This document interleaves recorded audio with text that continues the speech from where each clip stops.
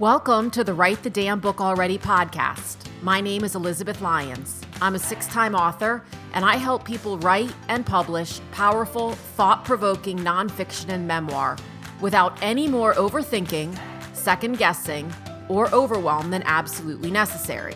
Because let's face it, some overthinking, second-guessing, and overwhelm is going to come with the territory if you're anything like me.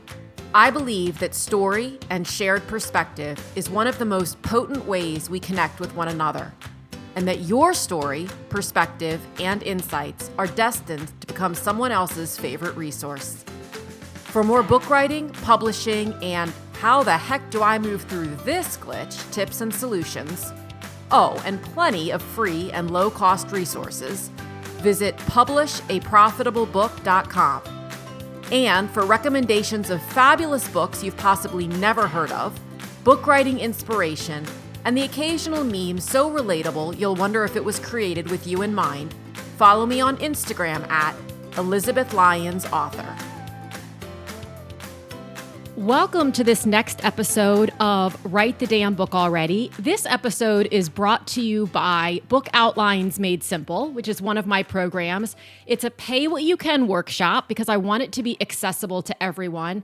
And it is for you if you are wanting to write a book, specifically nonfiction or memoir, and you're like, where do I start? This is such a great place to start this workshop. It will help you get clear on 3 things. Number 1, what are the components of a best-selling book? And to be clear, if you've been listening to me for any period of time, you know I don't hang my hat on the whole bestseller status. It's easy to fake. It doesn't necessarily mean what people think it means.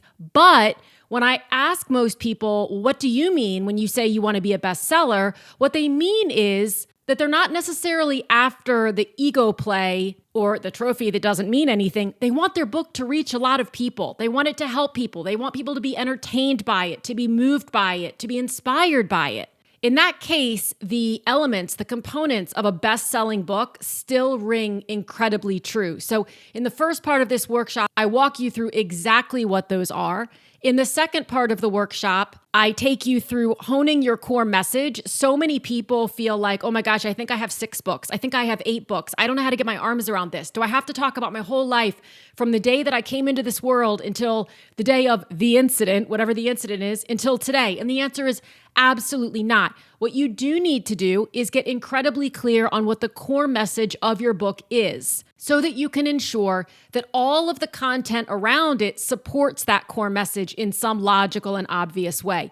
And then the third part is I actually give you my outlining spreadsheet. This is the exact same spreadsheet that I use, that my clients use to outline at the highest possible level. And as I'll discuss in the workshop, we all outline to different levels. Some people are taking it back to 8th grade English when you had Roman numeral 1 and capital A and little 1, and then the Roman numeral I, like the whole thing. You don't have to do that. But it's usually extremely helpful for most people to know where they're starting and where they're going, or at least what pieces they want to include. So for people who come to me and say, I don't know where to start, it's almost inevitable that having a starter outline helps them. Because if they knew where to start, they'd be already off to the races in writing, and maybe they're not someone for whom outlines works. Maybe they don't need outlines. That does happen.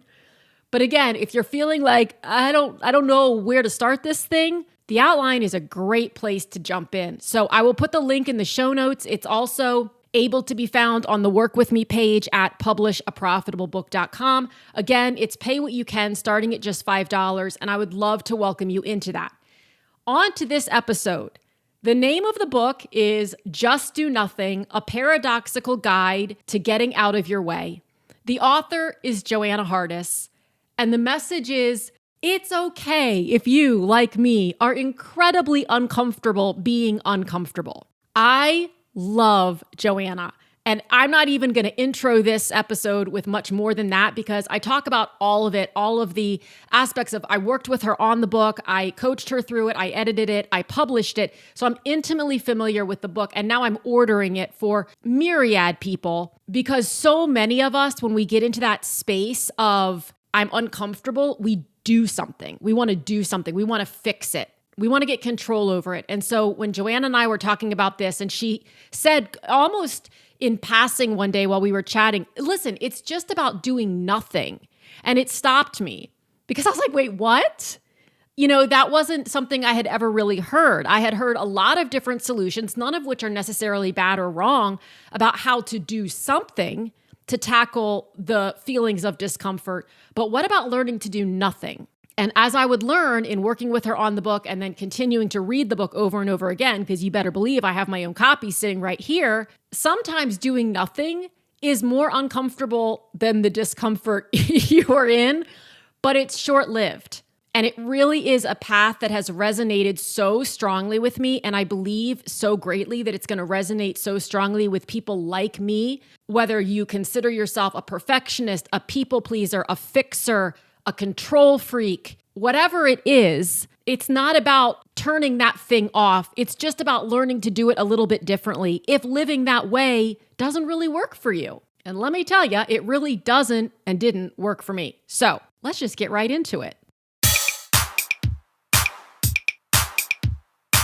The thing I find, I've told this story a million times, what I love so many things about you. And the funniest thing that and in a loving way that I will always take with me is when we first chatted, I knew you had a book in you because you had so much to say. I mean, I always ask people like, oh, what do you want to write a book about and why and all those sorts of things. And you had all kinds of things to say.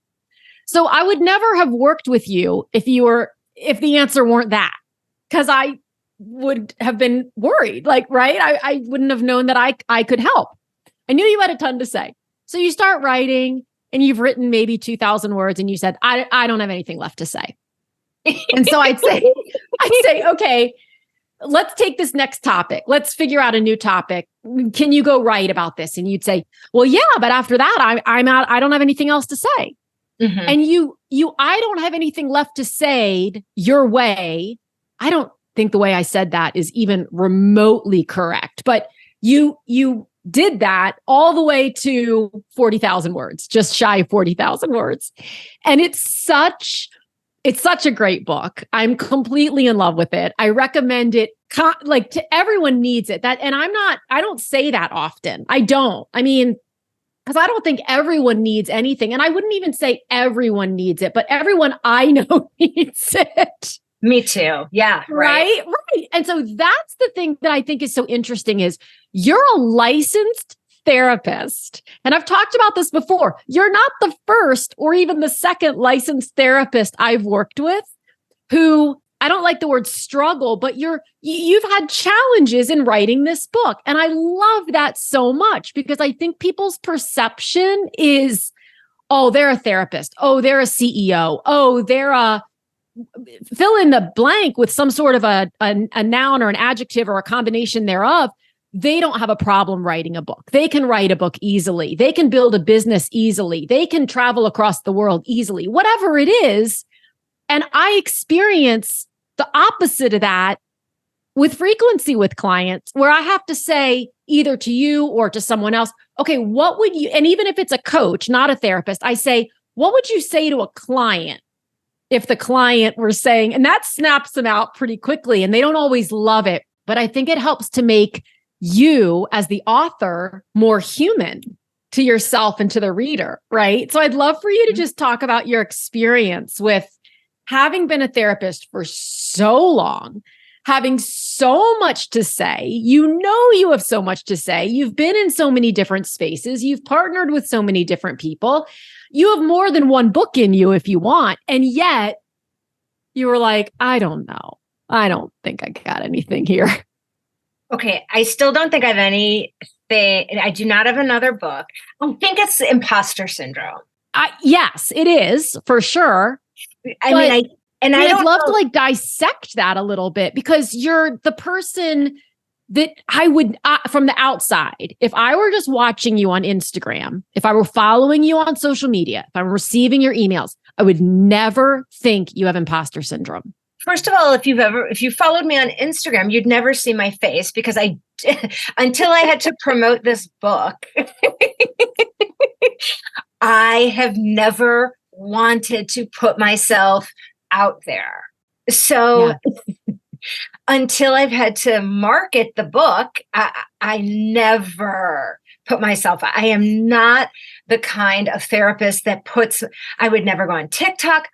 Nothing against it, but I am a behind the scenes person. And I think I've always struggled with that imposter. I think it really is imposter syndrome. I've just never, and maybe it's a gendered thing too. I think I've just always just not seen myself how others perceive me.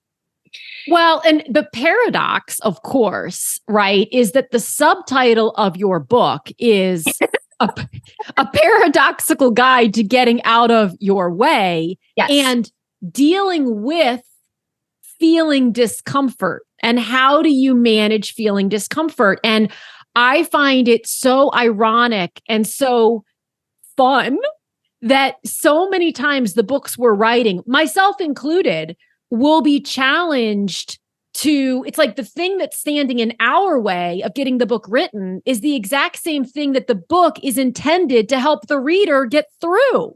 100%. Even for me to put personal things out into the universe, even for me to take a very personal, painful experience that was the genesis for this book, getting ghosted, and making that the launching point for me, that was just one of many things that was so uncomfortable for me to put out there. I put so many personal anecdotes about myself for everyone to see how truly human I am and how much you started to say crazy, didn't you? Crazy, I did. And then I was like, oh my gosh, be canceled in a second. But even that, and along the way, the marketing, which has been so difficult for me to do, that's been harder actually than writing the book.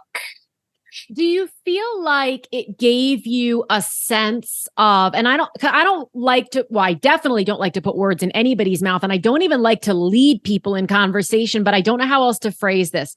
Did it in any way help you get into even greater touch with how your own clients feel about discomfort? So when they're saying to you, well, Joanna, I'm uncomfortable, and you're saying, okay, and here are some suggestions. Yeah, I have struggled with different anxiety disorders since I was like a kid, as far back as I remember. So I don't know that this made it I could relate any more going through this because, I've had generalized anxiety disorder. I have obsessive compulsive traits. I've had emetophobia. Like I've gone through a divorce. So I don't know that it did any more, any less. I've gone through exposure and response prevention. I don't know that it did any more or any less. Okay. I love the revelation in the book about emetophobia, which if people don't know is the fear of throwing up, because I won't name which child of mine it is, but I have a child who has that so significantly. I mean, the hurdles and the mental gymnastics that this child goes through to not throw up from a fear of throwing up. I'm like, just throw up. Come on. So I only loved that because I think those are the types of things that we as humans think, I'm the only one, nobody else has this. This is so weird. And yet when you can put it in a book in passing, I mean, you just put it in there almost in passing. It was like, and so someone else can read it and go, she had that. She's now a licensed, she's a therapist. She helps people with this. So I find that so incredible. It's why I do what I do. It's why I'm so passionate about helping people figure out the how of the book writing part of it, because you figured out the how of helping people through it. Getting it into a book is a different beast. Sure. Yeah.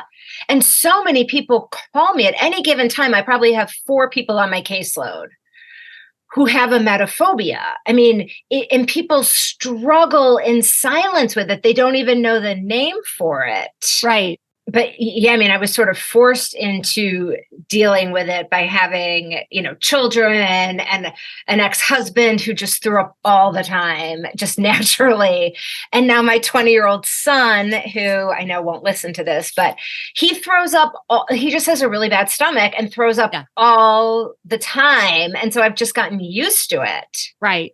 I mean, what for you, what was the most challenging part about writing the book? Because ultimately I'll remind people, and I probably reminded you multiple times during the course of the writing, you don't have to do this.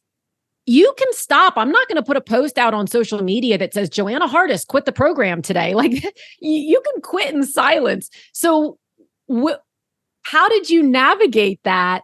Because every writer has that, every author, every aspiring author has that moment, if not once, thrice, or I love the word thrice, or 4 times, or 6. I was so determined. I'm trying to think. I remember struggling to find words a ton. I don't know that I ever wanted to quit. I don't know that I ever thought about quitting. I mean, I was so determined to create something from that painful experience. Yes. And that's the part that I think is so intriguing. Are you more at peace now about having revealed that? Or how does that feel now, the ghosting? Well, it was funny. Like, I think I was writing the book as a way to avoid my distress, to be honest. Really? Yeah, because I was so madly focused on, I'm going to write this book. And then when it was said and done, and I had that long period between when the book was done and when we were going to launch, and I crashed. Yeah. I crashed emotionally. And then I was just like grieving that. And I think I was like, oh my gosh, writing the book was such a great distraction from the pain of that horrific experience. And at that point, I was starting to really process just what he had done and how awful what he had done was. Right. And so I think I had a delayed, it wasn't intentional avoidance, but I think it was a wonderful distraction from the pain of that experience. Okay. So now that you're on the other side of it, right? Did you go back and have to make peace with that experience? Because as you say in the book, you can only you could distract yourself. One could distract him or herself for the rest of their life. And many people do. Sure. It's a choice ultimately to say, I'm going to look at this now. Sure. So then it's like coming full circle and all those like trite things that people said right at the beginning, like, oh, you dodged a bullet and this is on him. Now, almost a year later, now the learning is like, absolutely. But it took me, a year for me to come to that place where I say, okay, here's my learning from that. I couldn't get there at the time. And I think it takes me a while to get to, coming full circle from it. And to me, that's so valuable as a reader, putting on a different hat, because I think the assumption would be, or my assumption would be, oh, Joanna, as a therapist who deals with people all day, every day for years, who are experiencing discomfort and it's affecting their lives to the degree that they want some extra support with it. If she were to be ghosted, she would know immediately how to deal with it, how to process the feelings, the emotions, the thoughts, all the things. And I mean, for better or worse, I don't love that you were ghosted. I don't love that you had those feelings as a result. But the knowledge that, even my girl who does my hair goes to someone else to do her hair. Surgeons don't do surgery on themselves. Like, we're all just human at the end of the day. Yes. Yes. And, I think everybody is human and everybody's narrative is so different. Had I not had the end of my marriage happen the way it happened, sure, maybe it would have taken me, a couple months, But because of because of my backstory, it takes me longer. Right.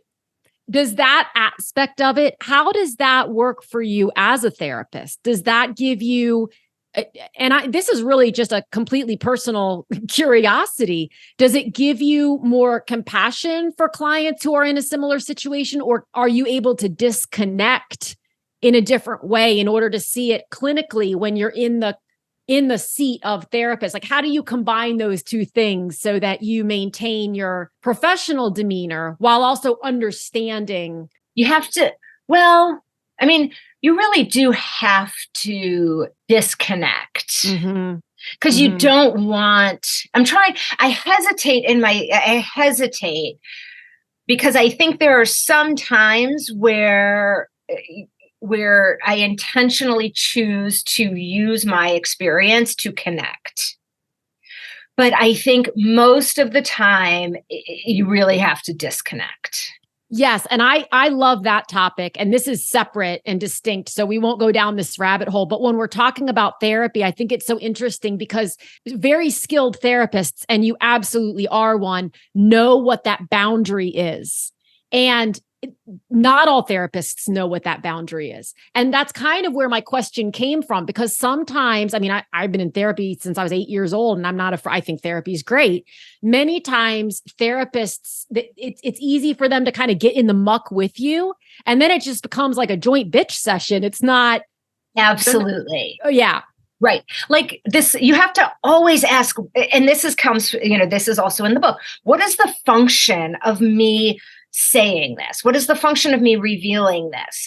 So I saw someone this morning who is a young woman who just gave birth to her first child and was incredibly depressed and anxious, appropriate, like postpartum issues. And so I chose to reveal my own postpartum struggle, not in a way of like, oh my gosh, I had it so much worse. No, but just as a way of just to say, I know exactly what you're experiencing. I had a really similar, it is temporary.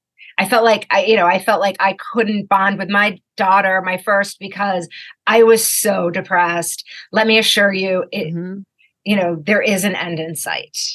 Yeah. And that's what I would call, and you do this so well through the book too. It's what I would call skilled compassion. Sure. It's knowing that boundary. And even as a book coach, I've had to learn over the years, what's the boundary between, because I've worked with many authors who are writing about extremely difficult things, abuse, addiction. I have to know what the line is. I'm not a licensed therapist. So even though people have said, oh my gosh, Liz, you're kind of like this is kind of therapy for me, I have to remember, okay, but what's the line where I say, you know what, I think you need some extra professional support from someone who's licensed by someone other than Google to help you through this, which then they either do or don't. Usually they do take the time to do that. And sometimes that takes 6 months and sometimes it takes a couple of years. But the end result is always a more powerful book.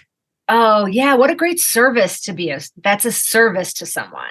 But it's something I had to learn. Yes. Because in the beginning, 6 years ago, 7 years ago, when I first started coaching other authors, I didn't know what that boundary was. I didn't, and so for me to be able to say, oh, I've experienced that too. I know how badly that feels. What helped me was working with a professional or whatever, and just making that suggestion. They don't have to go do that, but making that suggestion. So one of the things of your book, and I've read, as somebody who's been in therapy since she was 8 years old, I mean, I don't even know what I'm revealing by saying that, but there it is, on and off. I've read a lot of personal development books. As both someone who's very interested in her own personal growth, as someone who coaches other people who are writing, I'm just very fascinated with human psychology and why we do what we do and all those sorts of things. I love it, therefore, when a book, because I've read so many, posits something in a way I've never experienced before. And the one thing I've told you that you did, and I don't even want to go into great detail because I want everyone to get the book so they understand, but at the highest level, it's creating this scale of discomfort. Oh, yes. I love that.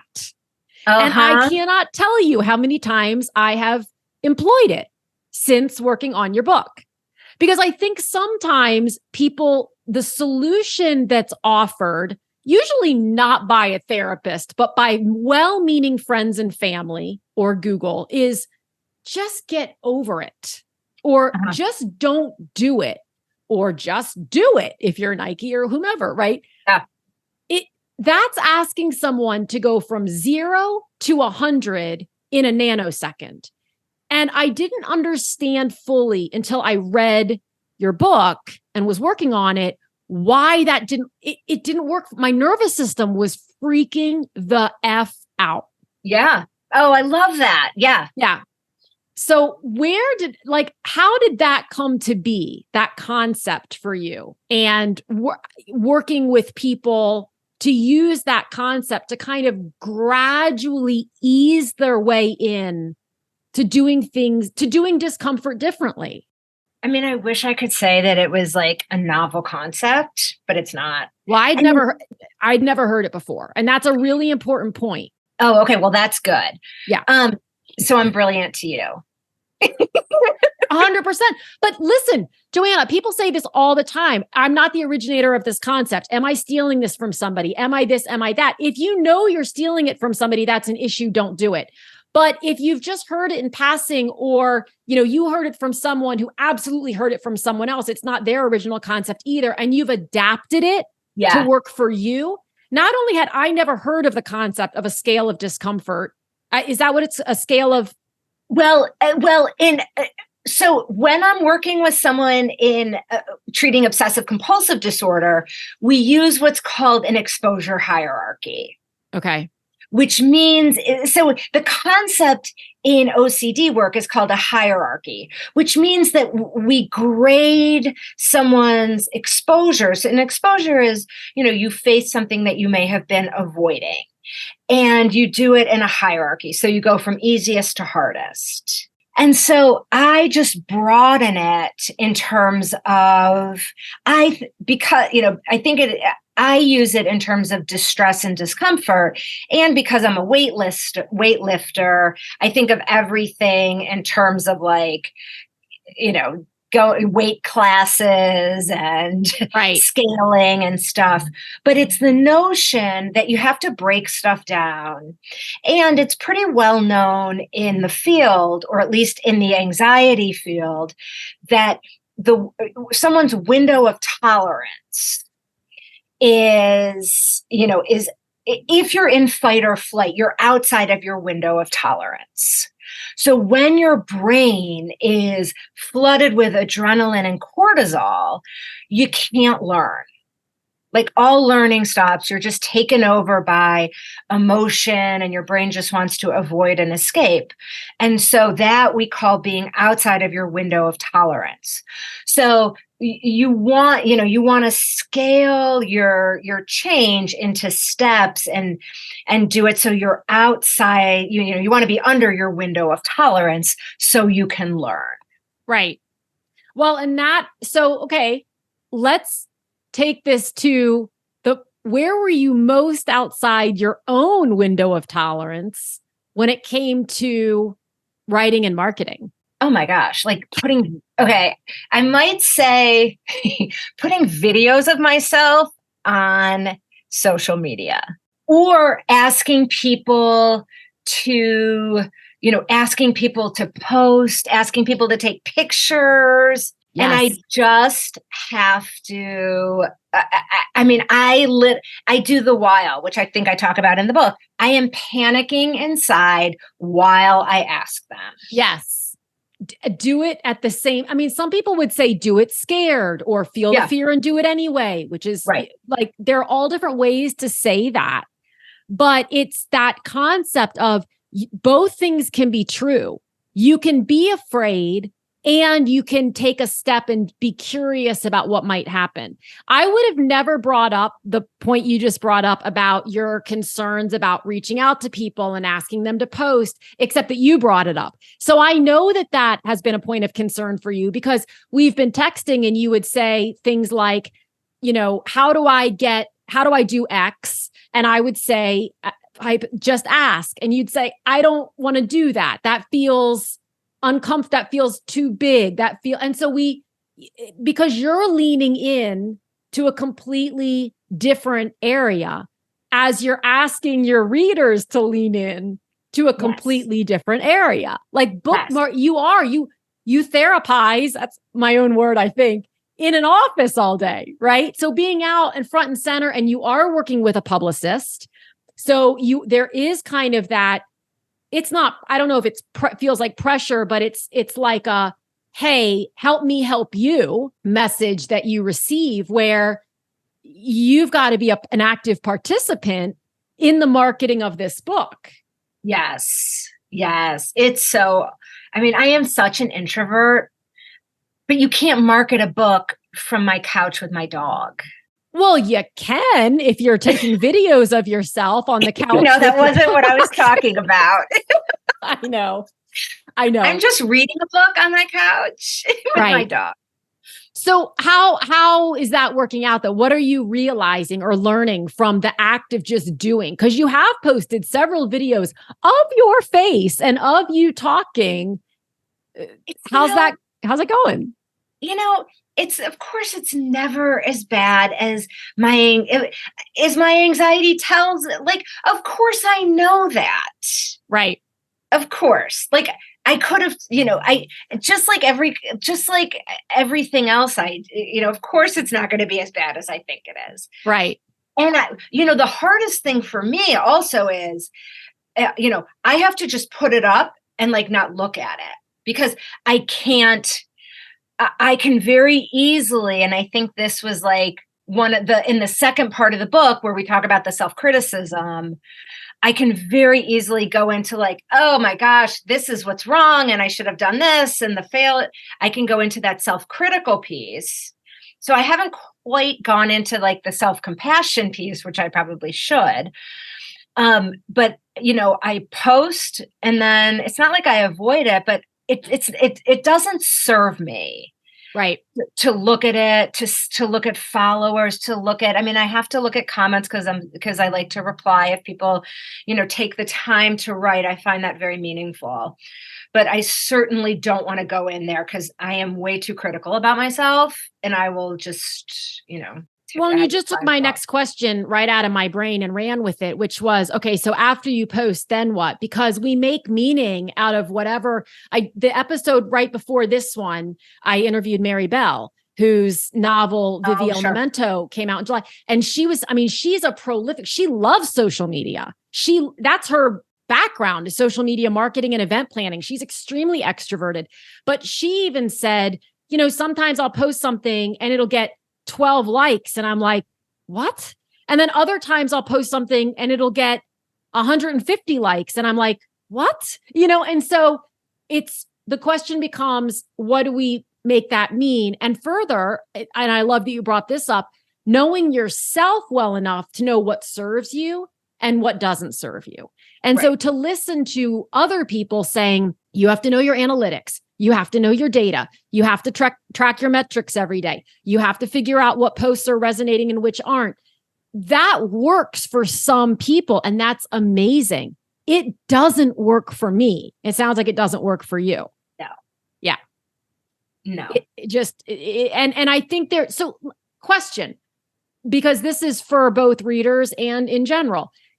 How do you differentiate, or how do you help people differentiate between something that feels uncomfortable? And I think I asked you, I think you wrote about this in the book, but that they should, and I don't like the word should, but lean into, versus it being a message of, this doesn't serve me, I'm not doing this. Oh, wait, can you repeat it? Yeah. So if something makes someone uncomfortable, right? Do they lean into it and go, well, I'm uncomfortable with this discomfort, so I'm going to create a sliding scale and I'm going to lean in? Or do I say, tracking all these analytics and data feels uncomfortable, and also not going to do it? And not let them use that as an air quote cop out. Sure. Well, it gets to, we never want to use our feelings to guide our behavior. If we are anxious by nature, that's called emotional reasoning. It's like last week when I was on The Anxious Truth, I called it the rocket fuel for reality TV. Like, oh my gosh, I've never felt this way, so I'm going to marry you after 2 days. Right. So we really want to look at the situation. We do not want to react to our feelings. We want to respond to the situation. So if my end goal is to get tons of followers, because that somehow is important to me, then that might be really important for me to look at all the analytics, despite how I feel. If, however, my end goal is to just, create a book that's really important to people, that's important to me to get the message out, and it has nothing to do with the number of followers I have, which is my case, tracking analytics doesn't really matter. So it's all about the situation. So you have to, because lots of situations are important. And like for me, going on social media and like talking about different things is really important because people, my team tells me like they want to see the person that wrote the book. Right. And so regardless of how I feel, because I'm going to be anxious no matter what. So I really can't use that, how I feel. But they have said to me many times, like historically, like do something from the gym. But like it didn't make any sense for my end goal. So I said no. So it really is, you have to look at the situation. And does the situation move you toward what is important to you, those values? This was also in the book. Or is it not moving you toward?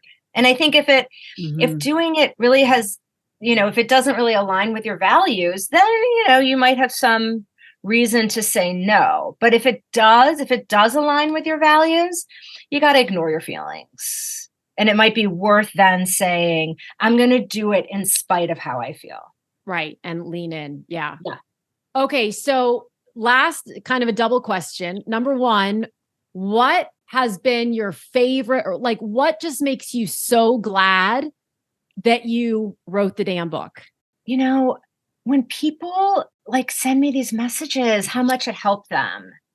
Yeah. It is like, it honestly, it means so much. And, so I've got to say, when people take the time, I'm just so moved when people take the time to say, I finished your book. It was so helpful. Like that, honestly, I don't know that I could get sick of that. I don't think any author ever gets sick of that, whether it's fiction, nonfiction, memoir, poetry, children's book, like just to hear that, because that's the connection piece of it. You cannot put a price on that. I'm sorry, but you cannot. You can't. That really was something, I think my kids threw like a surprise thing about how they all three came into town, because I have two that are out of town, because they were really proud when and that was really special. My ex-husband texted me about it. Like I never in a million years expected that. Those things really feel good. I've had a really hard 10 years and that stuff really felt good. Yeah. All right. Last question. What are you reading right now? Oh my gosh. I am reading a book that my daughter, my eldest, gave me.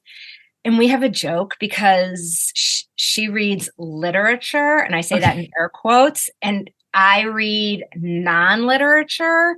But she gave this to me and she was like, Mom, you'll like this. It's not literature. And I'm having trouble. It's Rachel Cusk Outline. Okay. Is that fiction? It's fiction, and it's still a little over my head. Okay. I'll put it in the episode notes if anybody wants to check it out, because this is a new thing for me, is asking my guests what they're reading. This is how we find out about books. I mean, there are so many books, like there's just not enough time. She loves, my eldest is an amazing reader. And she was like, this was light reading for me. Rachel Cusk Outline. Before this, I read like the book of the summer, Emma Cline's The Guest, which was like, I could not put that down. You recommended that to me. That's in my cart. My cart is overflowing. It's bad. Oh gosh. Yeah. I had to put a hold on it because I have so many in this house that I need to get through that I was like, stop. Oh, that was like, I read in 24 hours. I could not put that down. Okay. What was that one called? The Guest? The Guest. Okay. Yeah. That's like that in the show notes too. Yeah. Well, thank you for coming on and for being you and for putting this book into the world because it's so damn good. Well, you help make it so damn good. And I would write another one just to work with you. Well, I mean, you get the notes that make you happy. That makes my heart just explode so please write another book, but I'm not going anywhere and I won't let you go anywhere because this is what happens. So I wish I have nothing to say, but if I think of something, if I ever think of any, if you ever think of anything else to say, you give me a call. Otherwise, just give me a call and say what you have to say. Thank you so much for tuning in. If you enjoyed this episode, this is your friendly reminder to follow or subscribe, leave a quick review, and share it with someone you know has a great story or message, but isn't sure what to do next. Also, remember to check out publishaprofitablebook.com for book writing resources and tips, and to see all the ways we can work together to get your book out into the world. Again, thanks so much for listening, and I'll talk with you again soon.